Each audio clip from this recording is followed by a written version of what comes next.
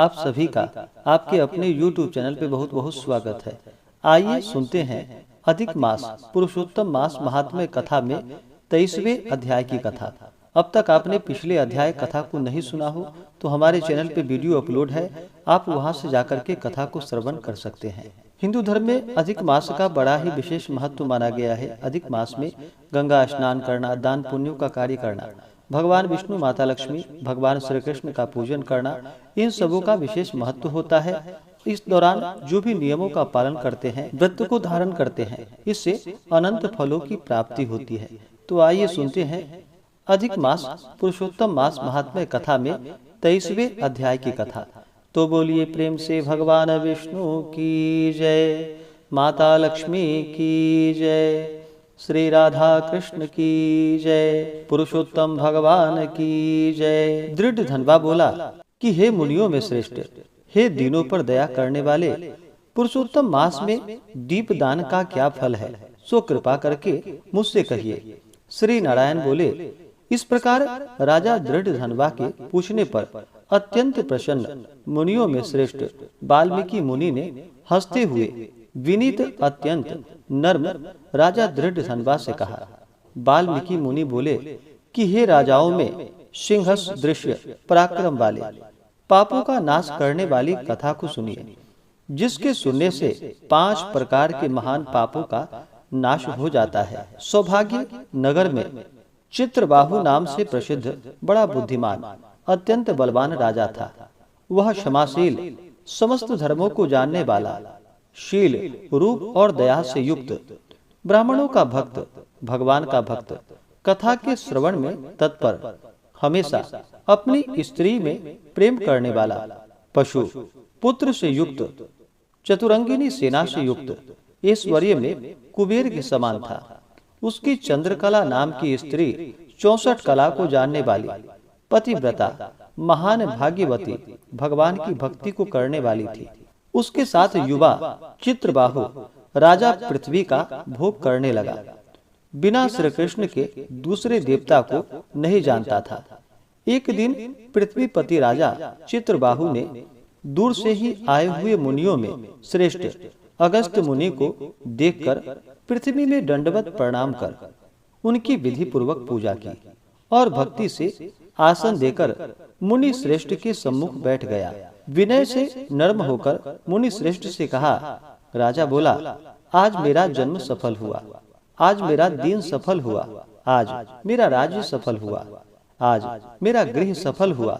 जो आप कृष्णचंद्र के सेवक आज मेरे गृह में आए हैं, आपसे देखा गया मैं ताप पुंजस से मुक्त हो गया। आपको हाथी, घोड़े, रथ से युक्त समस्त राज्य समर्पण किया। हे मुनि श्रेष्ठ, आप वैष्णव हो, आपके लिए कोई भी अदेय वस्तु नहीं है। वैष्णव को थोड़ा सा भी दिया हुआ मेरु पर्वत के समान होता है। जो कौड़ी के बराबर शाक अथवा उत्तम अन्न जिस दिन वैष्णव ब्राह्मण को नहीं देता है, वह दिन उसका विफल है, ऐसा वेद के जानने वाले ने कहा है। जो कोई द्विज जाति विष्णु भक्त हो, वे सब पूज्य हैं। उनका वाणी मन कर्म से सत्कार करना चाहिए, ऐसा मुझसे गर्म गौतम सुमंत ऋषि ने कहा है। जब तक सूर्योदय नहीं होता है, तभी तक तारागण की प्रभा रहती है। जब तक वैष्णव ब्राह्मण नहीं आता है, तभी तक दूसरे ब्राह्मण कहे गए हैं। अगस्त मुनि बोले कि हे चित्रबाहु, हे महाभाग, हे नृप, इस समय तुम धन्य हो। ये सब प्रजा धन्य है जो तुम वैष्णवों की रक्षा करते हो। जो राज्य वैष्णव का नहीं हो, उसके राज्य में वास नहीं करना। शून्य वन में वास करना अच्छा है, परंतु अवैष्णव के राज्य में रहना अच्छा नहीं है। जिस प्रकार नेत्रहीन शरीर, पतिहीन स्त्री, बिना पढ़ा हुआ ब्राह्मण निंद्य है, वैसे ही वैष्णव व रहित देश निंद्य है। जैसे दांत के बिना हाथी, पंख के बिना पक्षी, 10वीं वृद्धा द्वादशी कही गई है, वैसे ही वैष्णव रहित देश है।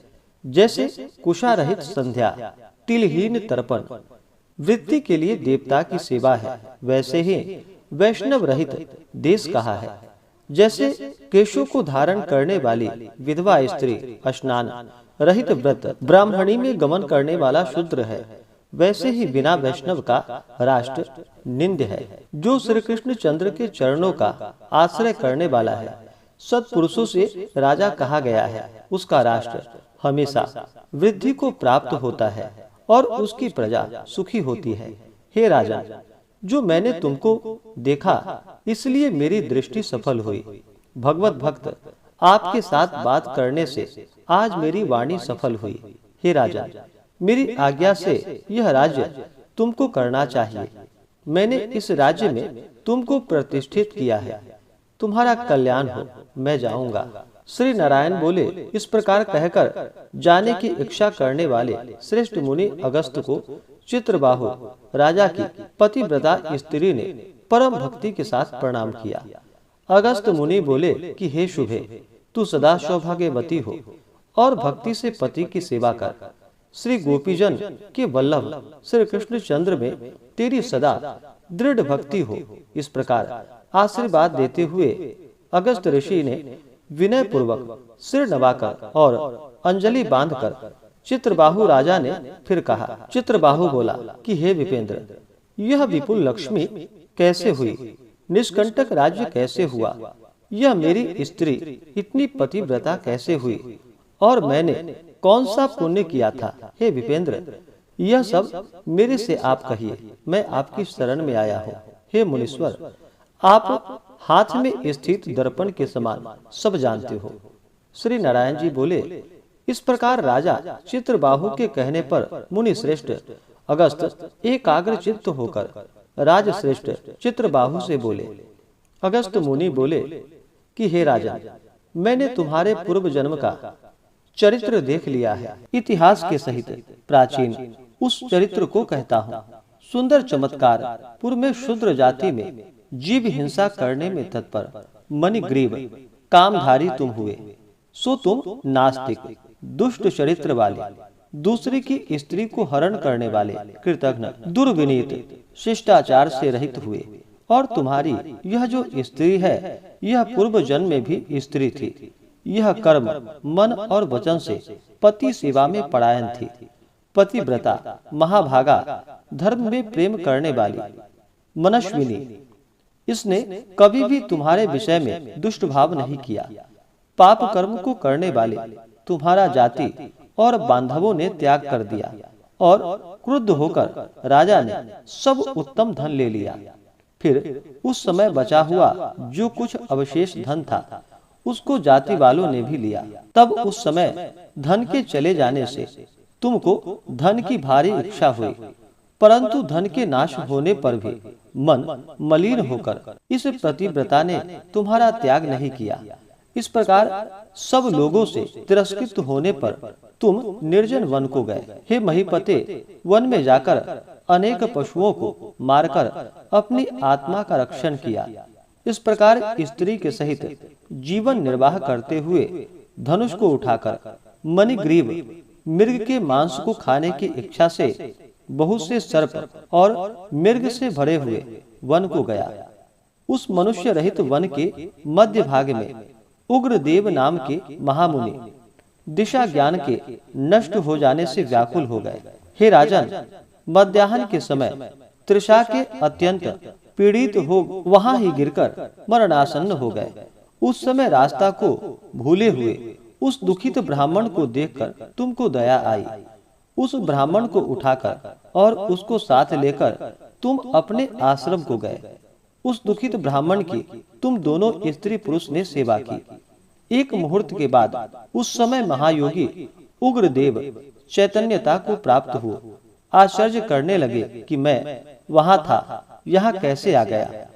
उस वन के बीच से कौन लाया? श्री नारायण बोले, मणिग्रीव ने उस ब्राह्मण से कहा कि यह सुंदर तालाब है, इसमें कमलिनी के पुष्प से सुगंधित शीतल जल है।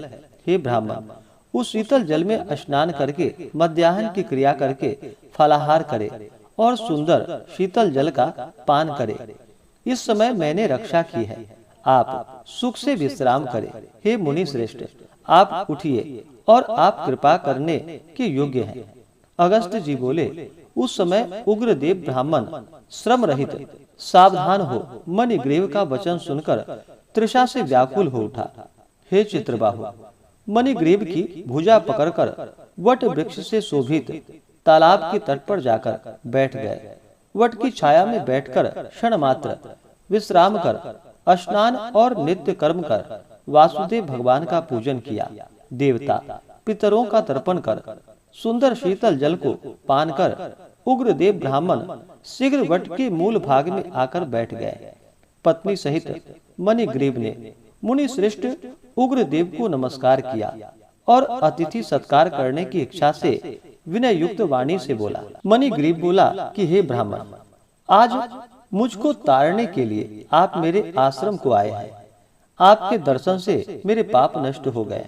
इस प्रकार उस ब्राह्मण से कहकर प्रसन्न मणिग्रीव स्त्री से बोला, जो जो स्वादिष्ट पके हुए फल हैं, उन आम्र फलों को तुम जल्दी से लाओ, विलंब मत करो। हे शुभानने, और जो कुछ कंद आदि हो उसको भी लाओ।